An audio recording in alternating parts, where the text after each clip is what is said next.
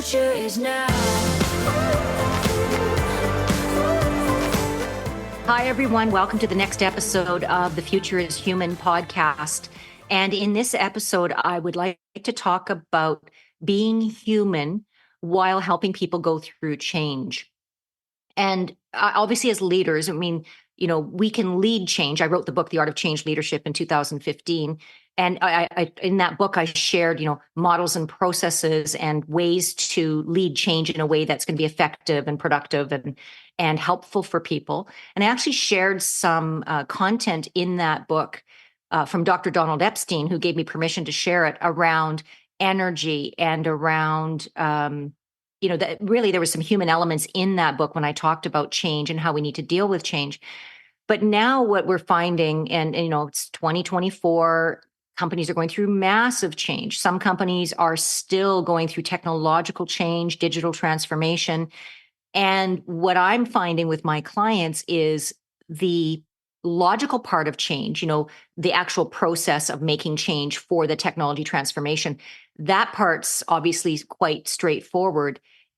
It's the mindsets and the habits and the daily tasks of the people doing the work and having to adapt to the change that is causing the biggest challenge right now for a lot of leaders. So again, coming back to that whole thing of a leader just expecting that people will have common sense and expecting that they'll know what to do.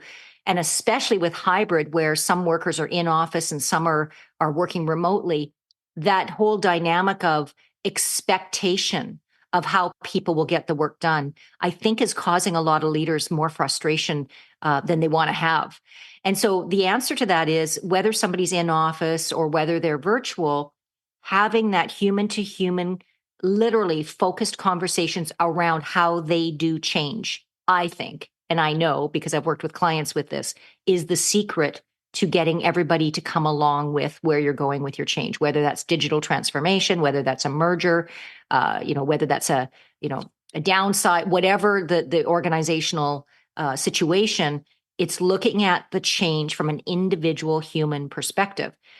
So, for example, I can think of one client I'm working with right now where there are some people who are what I would call legacy employees. They've been in the organization for a really long time, and it's not their fault because their mindset has been shaped by repeated patterns of how the culture has been, repeated patterns of how work was rewarded, repeated patterns of what might get them in trouble. So all of that in the human psyche gets embedded. It's like a neural pathway embeddedness that happens. And so when you're asking them, okay, we've got this new technology, they can logically accept that the new technology is going to make their work life easier and it's going to be better for the customer. They can logically get that. But emotionally and psychologically, a lot of people actually self-sabotage and change, and not on purpose. It's because they're wanting to go back to the habitual of what feels comfortable and what feels like that made them successful, versus doing something new or different where they might fail or feel like they'll be seen as a failure, or it makes them feel really too uncertain and losing their foundation to be successful. So as a leader, and a lot of leaders, I know time is really, it's difficult, but I would say to you, and I say this and said this for years, 20 plus years that I've been consulting and coaching and being a leader myself, the time we invest in one-on-one, human to human psychological conversations around life and work and change, the more payoff you get down the road. So rather than see, these investments in time with these one-on-ones as, oh, I've got to do that as another task, I'm really on a mission for leaders to see that as, I'm really looking forward to these one-on-ones so that I can help my workers, my employees, my teams have a breakthrough aha around their personal barrier to their own success and how they're handling change.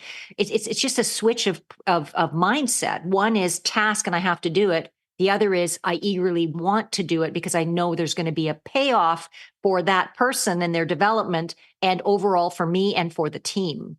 So, for example, if you've got someone who that conversation, by the way, has to be individualized. It's not a one size fits all conversation with people. But I would say that if you're going through change right now, you need to ramp up your conversations with your team members around change. So, one of those conversations can be, how do you think you're doing with all the change that's going on? You overtly ask that question.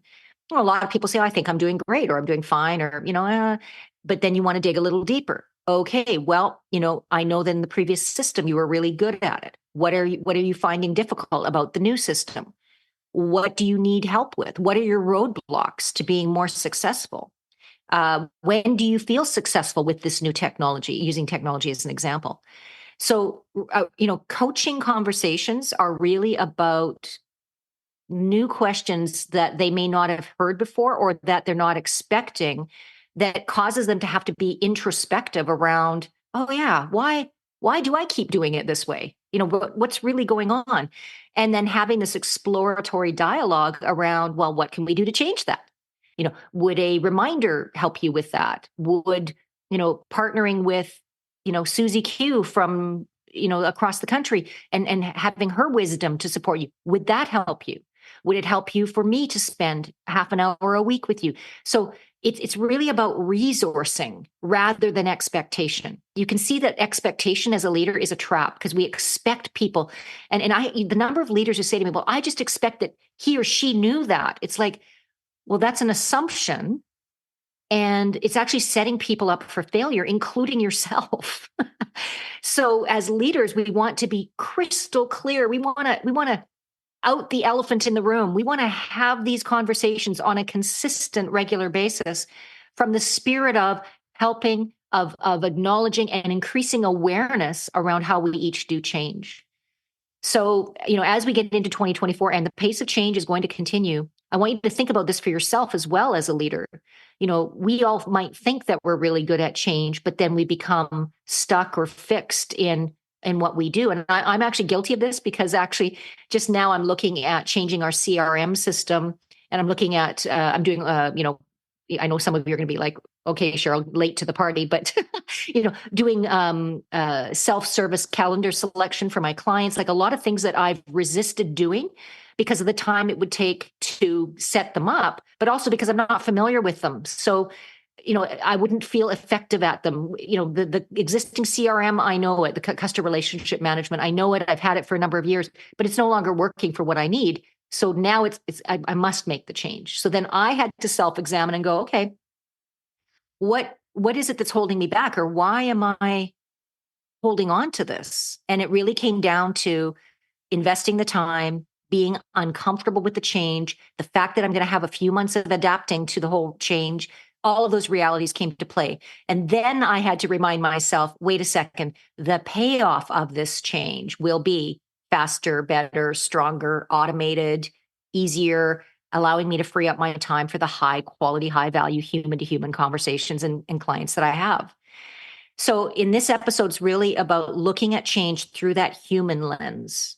Are we literally taking time with people, either as a group or individually, to help them see where they are blocked with dealing with change, or to help them make change at an easier, faster pace, and with more self-confidence and growth and development. And at the end of the day, they feel better about themselves, and it impacts the entire team.